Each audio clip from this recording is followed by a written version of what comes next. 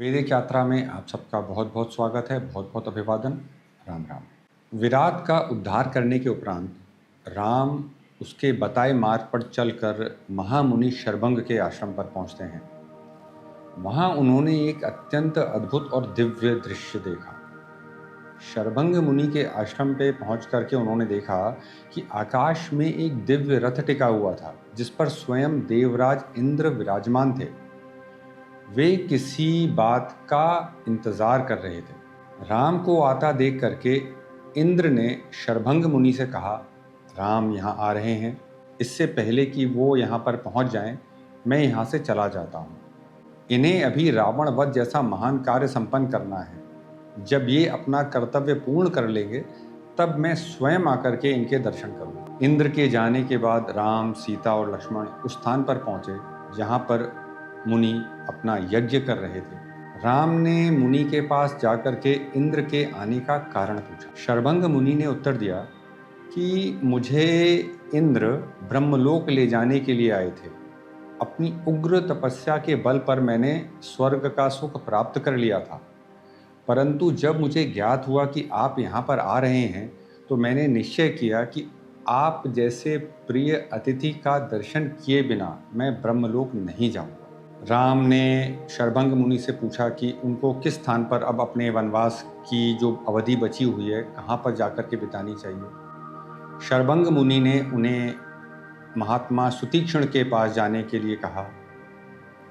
राम के दर्शन प्राप्त करके शर्भंग के जीवन का उद्देश्य संपन्न हो चुका था। इसके पश्चात उन महातेजस्वी शर्भंग मुनि ने विधिवत अग्नि को प्रज्वलित किया, उसमें आहुति दी और मंत्रोच्चार करते हुए स्वयं उस धधकती हुई अग्नि में प्रविष्ट हो गए।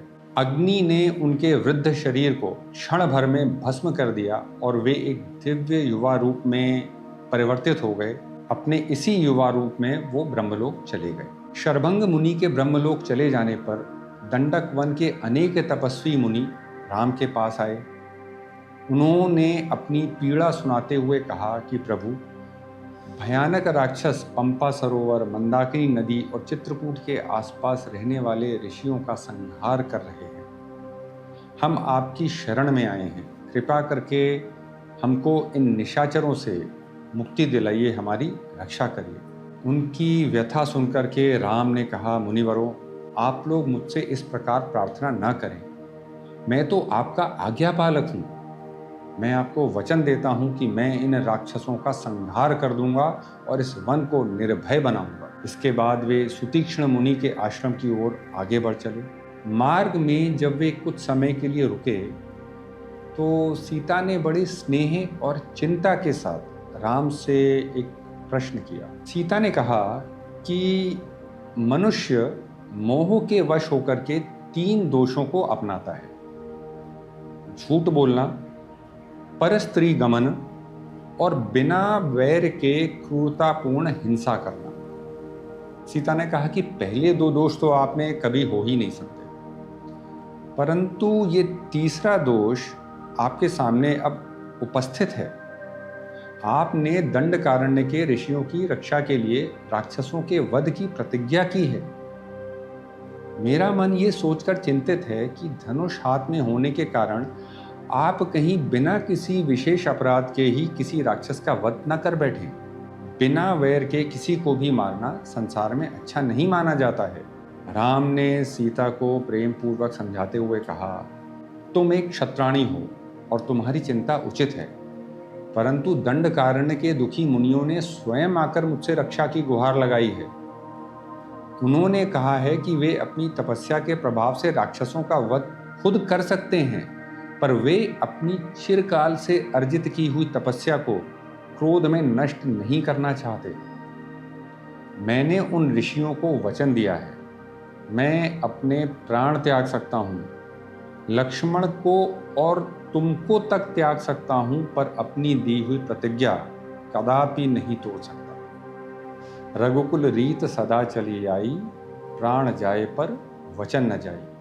अपनी प्रतिज्ञा पर दृढ़ श्री राम अब दंडक वन के दूसरे महान ऋषि से मिलने के लिए निकल पड़े थे। एक ऐसे ऋषि जिनके बारे में कहा जाता है कि पूर्व काल में उन्होंने 2 महाअसुरों को भोजन की तरह पचा लिया था, जिन्होंने अपनी महान शक्ति से विंध्याचल पर्वत को भी झुकने पर विवश कर दिया था और दक्षिण दिशा को मनुष्यों के रहने योग्य बनाया था। क्या आप जानते हैं हम यहाँ पर किन ऋषि की बात कर रहे हैं? यदि जानते हैं तो कमेंट में लिख करके हमें अवश्य बताएं। राम, लक्ष्मण, सीता कभी किसी आश्रम में 10 महीने, तो कभी साल भर, तो कभी कुछ ही महीने निवास करते। इस प्रकार घूमते फिरते वे पुनः सुतीक्ष्ण मुनि के आश्रम में वापस लौट आए। एक दिन श्री राम ने सुतीक्ष्ण मुनि से बड़े ही विनीत भाव से कहा, मैंने सुना है कि इसी वन में कहीं पर मुनि श्रेष्ठ अगस्त्य जी निवास करते हैं। मैं उनके दर्शन करने का अभिलाषी हूँ, परंतु इस विशाल वन में मुझे उनका आश्रम कहाँ पर है पता नहीं है।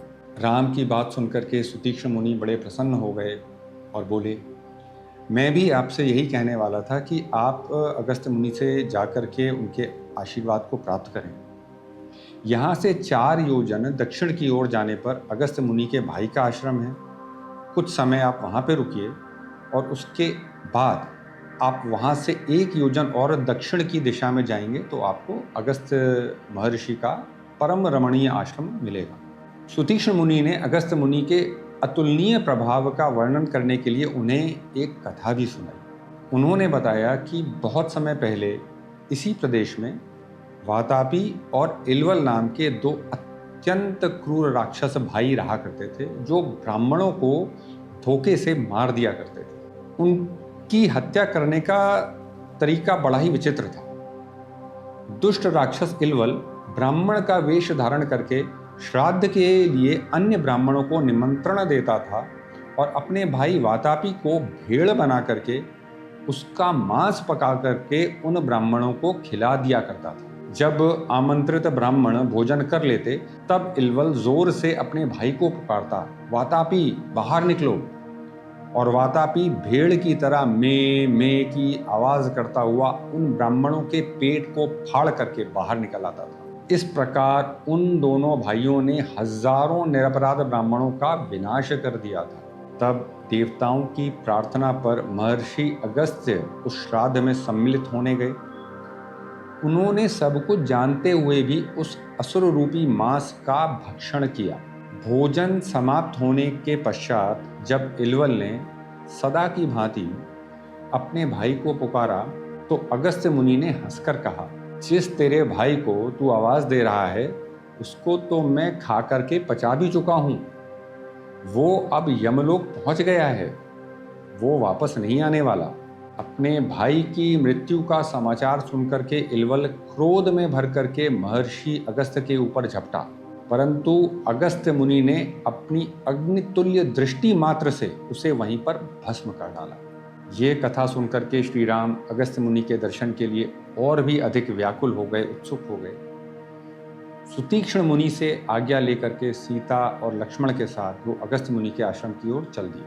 वहां पहुंच करके उन्होंने तेजस्वी महर्षि को प्रणाम किया। महर्षि अगस्त्य ने उनका प्रेम पूर्वक स्वागत किया।